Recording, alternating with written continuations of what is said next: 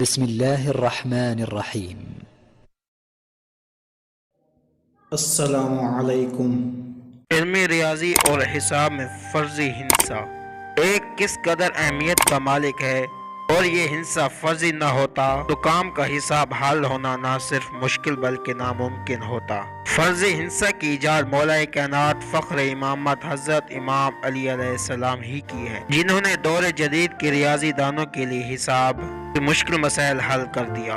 آج بھی زمانہ تمام علوم میں اس قدر ترقی کر چکا ہے، مگر اس کے باوجود بھی علم ریاضی کا جو فارمولہ مشکل کشا نے پیش کیا وہ دور جدید کا ریاضی دان پیش کرنے سے قاصر ہے۔ حضرت امام علیہ علیہ السلام کے خلافت کے زمانہ میں 3 آدمی خدمت میں حاضر ہوئے، جنہوں نے ایک مشترکہ کاروبار کیا جس سے انہیں 17 اونٹ مشترکہ منافع میں ملے۔ ان تینوں نے آپ کی خدمت میں عرض کی کہ ہم تینوں کا حصہ منافع میں اس طرح ہے، ایک فرد نصف کا مالک ہے، دوسرا فرد تیسرے حصہ کا مالک ہے، اور تیسرا فرد 9ویں حصہ کا مالک ہے۔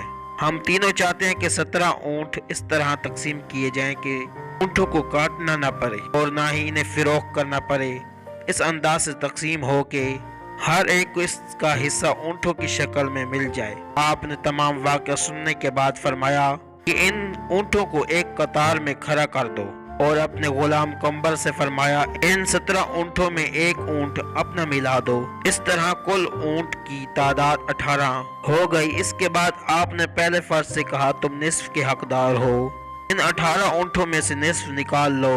اس طرح اس نے 18 کا نصف 9 اونٹ اپنے ایک طرف کر لیے، بقایا 9 اونٹ بچے۔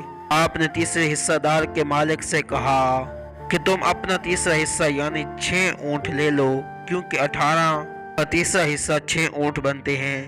وہ بھی اپنا حصہ لے چکا، باقی 3 اونٹ رہے۔ اس کے بعد آپ نے تیسرے شخص کو جو 9ویں حصہ کا مالک تھا اس سے کہا کہ تم اپنا 9واں حصہ یعنی 2 اونٹ لے لو، کیونکہ 18 کا 9واں حصہ 2 اونٹ ہیں۔ وہ اپنے حصے کے 2 اونٹ لے چکا، باقی 1 اونٹ حضرت امام علیہ علیہ السلام والا بچ گیا، جسے قمبر نے الگ کر دیا۔